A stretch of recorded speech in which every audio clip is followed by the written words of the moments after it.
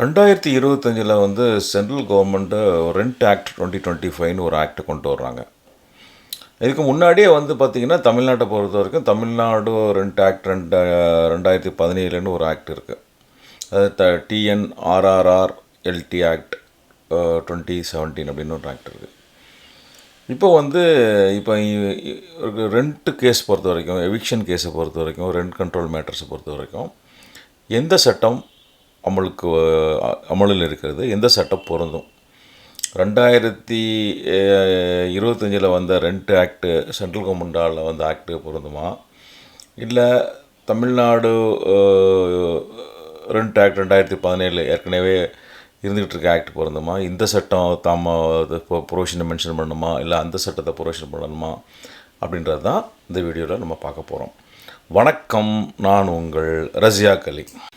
இந்த வீடியோ போடுறதுக்கான பின்னணி பேக்ரவுண்ட் என்ன அப்படின்னு சொல்லி பார்த்தீங்கன்னா, சென்ட்ரல் கவர்மெண்ட் வந்து ஒரு புதுசாக சட்டத்தை 2025 கொண்டு வராங்க. இப்போ அது வந்து ரெண்ட் ஆக்ட் 2025 அப்படின்ற மாதிரி சொல்லப்படுது. இப்போ நம்ம ஏற்கனவே வந்து தமிழ்நாடை பொறுத்த வரைக்கும் தமிழ்நாடு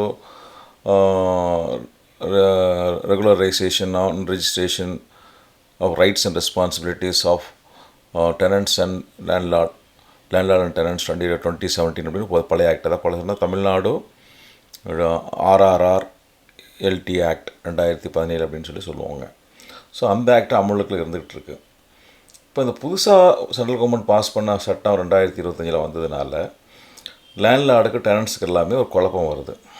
இப்போ இது புது சட்டம் வந்ததுனால பழைய சட்டம் இல்லாமல் போயிடுச்சா, இல்லை பழைய சட்டத்தைப்படி தான் கேஸ் போடணுமா, இல்லை புது சட்டத்தைப்படி தான் கேஸ் போடணுமா, எந்த சட்டம் அமலில் இருக்குது, எந்த சட்டம் அப்ளிகபிள் ஆகும், தமிழ்நாட்டை பொறுத்த வரைக்கும் நம்ம என்ன செய்யணும், தமிழ்நாட்டை பொறுத்த வரைக்கும் எந்த சட்டம் அப்ளிகபிள் ஆகும், சென்ட்ரல் கவர்மெண்ட் பாஸ் பண்ண ஆக்ட் அப்ளிகபிள் ஆகுமா, ஸ்டேட் கவர்மெண்ட் பாஸ் பண்ண அப்ளிகபிள் ஆகுமா, சென்ட்ரல் கவர்மெண்ட் ஆக்ட் இப்போ தான் 2025 வரணும் அதுதான் அமலுக்கு வருமா, இப்படி ஏராளமான கொஸ்டின்ஸ் வந்து எல்லார் மத்தியிலையும் இருக்குது.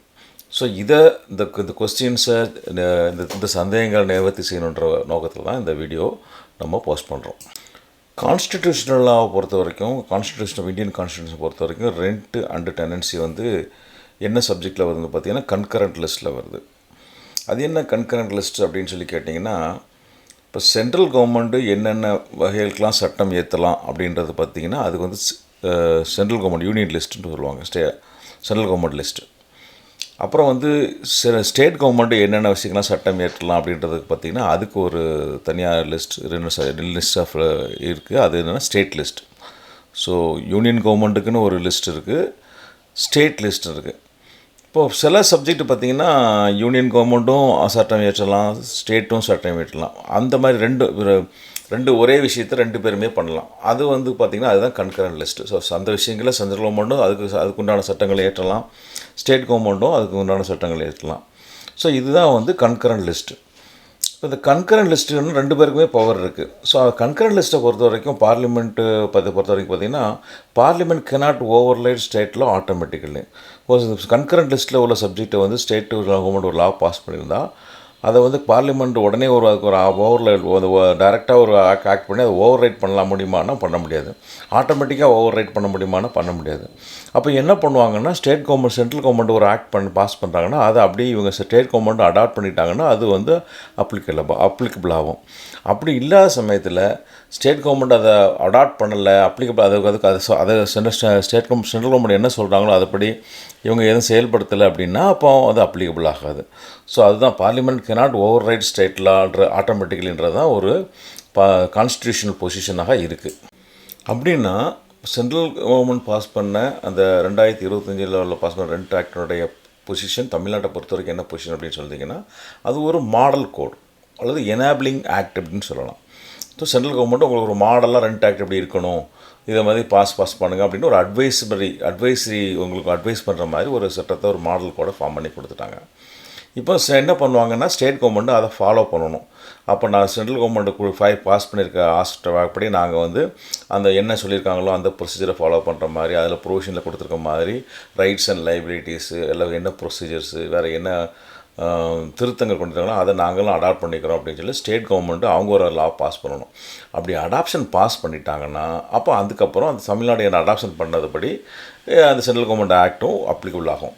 அவங்க அடாப்ஷன் பண்ணாத வரைக்கும் அப்போ வந்து எது அப்ளிகபிள் ஆகும்னா தமிழ்நாடு ஆக்ட் தான் அப்ளிகபிள் ஆகும்.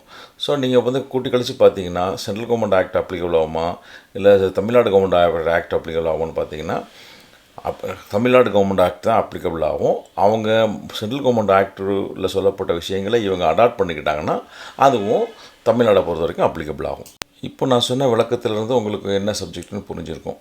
அதாவது சென்ட்ரல் கவர்மெண்ட் ஆக்டை வந்து தமிழ்நாடு அடாப்ட் பண்ணிக்கிட்டாங்கன்னா அப்போ வந்து தமிழ்நாடு அந்த சென்ட்ரல் கவர்மெண்ட் ஆக்ட் ஆட்டோமேட்டிக்காக அது அப்ளிகபிள் ஆகும். இப்போ அடாப்ஷன் பண்ணலை, ஸ்டேட் கவர்மெண்ட் அதை அப்ளிகேஷன் பண்ணலை அப்படின்னா அப்போ சென்ட்ரல் கவர்மெண்ட் ஆக்ட் அப்ளிகபிள் ஆகாது. தமிழ்நாடுல முதல்ல பாஸ் பண்ண ஆக்ட் மட்டும் தான் கண்டினியூ ஆகும். இப்போ ஒன்ஸ் இன்னும் ஃபியூச்சரில் ஏதாவது ஒரு டைம் வரும்போது அப்போ வந்து ஒரு தமிழ்நாடு கவர்மெண்ட்டில் வந்து ஒரு அடாப்ஷன் பண்ணி அதையும் நாங்கள் ஃபாலோ பண்ணுறோம் அப்படின்னு சொல்லி ஏதாவது சொல்கிறாங்க அப்படின்னா அப்போ அது அந்த சென்ட்ரல் கவர்மெண்ட் ஆக்ட் அப்ளிகபிள் ஆகும். இப்போ சென்ட்ரல் கவர்மெண்ட் ஆக்டில் நிறைய விஷயங்கள் சொல்லியிருக்காங்க. இப்போ ஒரு 10 விஷயம் சொல்லியிருக்காங்க, இல்லை 100 விஷயம் சொல்லியிருக்காங்கன்னா அதில் குறிப்பிட்ட இந்தந்த பொசிஷனை மட்டும் நாங்கள் அடாப்ட் பண்ணிக்கிறோம் அப்படின்னு சொன்னாங்கன்னா அப்போ அந்த குறிப்பிட்ட விஷயங்கள் மட்டும்தான் தமிழ்நாட்டுக்கும் அப்ளிகபிள் ஆகும்.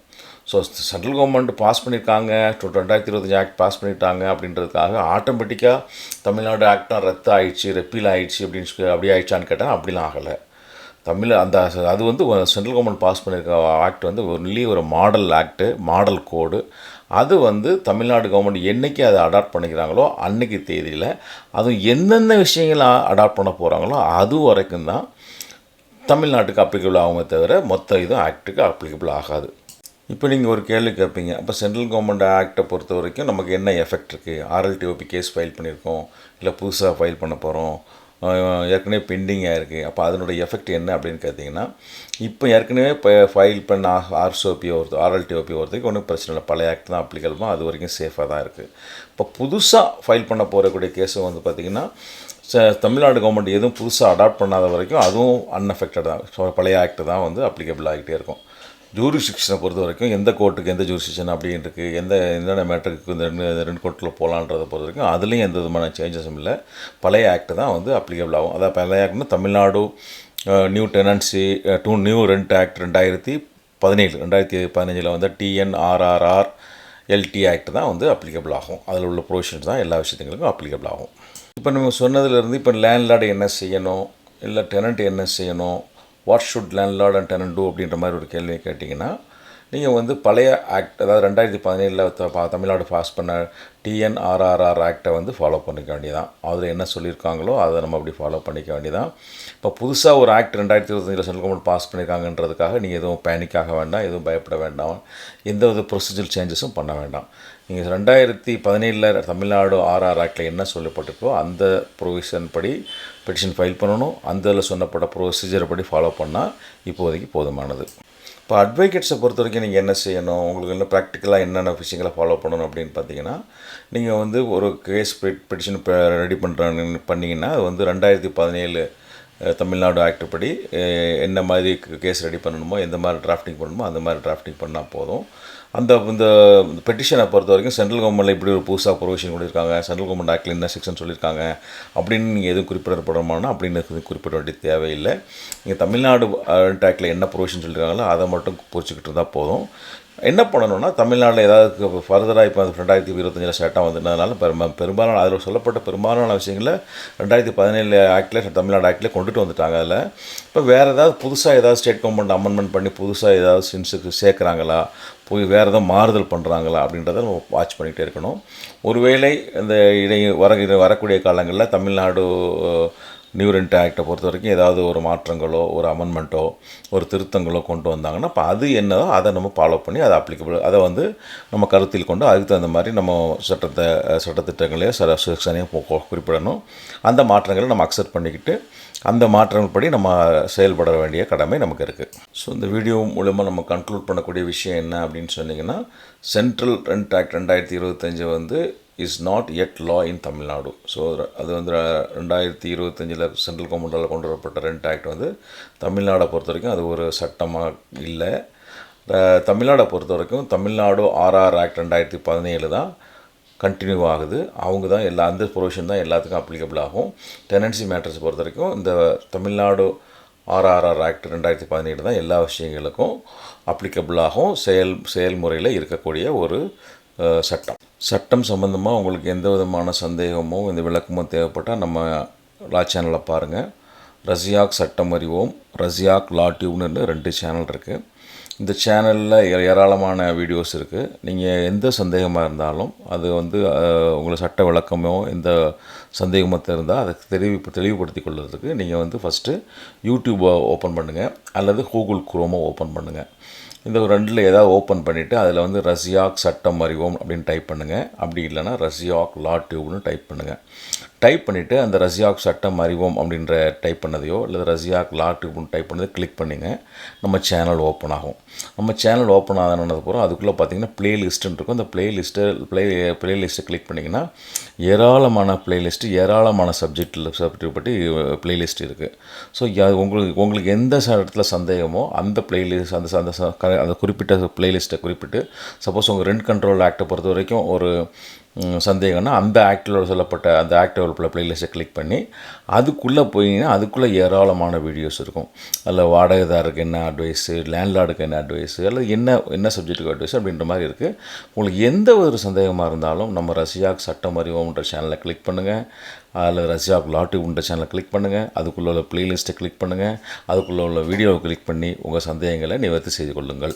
நமது சேனல் மூலமாக வெளியிடப்படக்கூடிய வீடியோ மூலம் சட்ட அறிவையும் சட்ட நுட்பத்தையும் சட்ட வல்லமையும் நம்ம மக்களுக்கு ஷேர் பண்ணுறோம். அந்த நீங்கள் சட்டத்திட்டங்களை அறிவதனால உங்கள் தன்னம்பிக்கையும் தைரியமும் நல்ல ஒரு உறுதியுடன் செயல்படக்கூடிய ஒரு நிலைப்பாடும் உங்களுக்கு வரும். சட்டம் அறிந்தால் அது உங்களுக்கு அது உங்களோட உரிமையை காப்பதற்கு உங்களுக்கு உறுதியாக இருக்கும். ஸோ அதனால் சட்டம் அறிவோம், நம் உரிமையை காப்போம். இதுதான் நம்மளுடைய தாரக மந்திரம். சட்டம் அறிவோம், நம் உரிமையை காப்போம். தொடர்ந்து நம்ம சேனலில் பாருங்கள். ரஸியாக் சட்டம் அறிவோம் என்ற ஒரு சேனலும் ரஸியாக் லா டியூப் அப்படின்ற சேனலும் இருக்குது. இந்த சேனலில் ஏராளமான பிளேலிஸ்ட் இருக்குது. அதுக்குள்ளே ஏராளமான வீடியோஸ் இருக்குது. உங்களுக்கு சட்டம் சம்பந்தமாக எந்த சந்தேகமாக இருந்தாலும் நம்ம ரஸியாக் சட்டம் அறிவோம் அல்லது ரஸியாக் லா டியூப் அப்படின்னு டைப் பண்ணுங்கள். நம்ம சேனல் ஓப்பன் ஆகும். அதுக்குள்ளே உள்ள உங்களுக்கு சம்மந்தப்பட்ட பிளேலிஸ்ட்டை கிளிக் பண்ணுங்கள். அதுக்குள்ளே உள்ள உங்களுக்கு சம்மந்தப்பட்ட வீடியோவை கிளிக் பண்ணுங்கள், பாருங்கள். உங்களுடைய சம்பந்தப்பட்ட எந்த விதமான சந்தேகமாக இருந்தாலும் அதுக்கு உங்களுக்கு தேவையான விளக்கங்கள் அதில் இருக்கும். அதையும் தாண்டி உங்களுக்கு வேறு ஏதாவது சந்தேகம் இருந்ததுன்னா இந்த நம்பரை கான்டாக்ட் பண்ணுங்கள். உங்களுக்கு சட்ட ஆலோசனைகளோ இல்லை வேறு ஏதாவது உதவியோ தெரிஞ்சால் நேரடியாகவோ ஃபோன் மூலியமாகவோ உங்களுக்கு என்னோடய டைமுடைய அவைலபிலிட்டியை பொறுத்து சப்ஜெக்ட் டு மை அவைலபிலிட்டி உங்களுக்கு சட்ட ஆலோசனைகள் தரேன். அடுத்த ஒரு டாப்பிக்கோடு உங்களை சந்திக்கிறேன். அதுவரை உங்களிடமிருந்து விடை வருவது உங்களில் ஒருவன் ரஸியாக் அலி. நன்றி, வணக்கம்.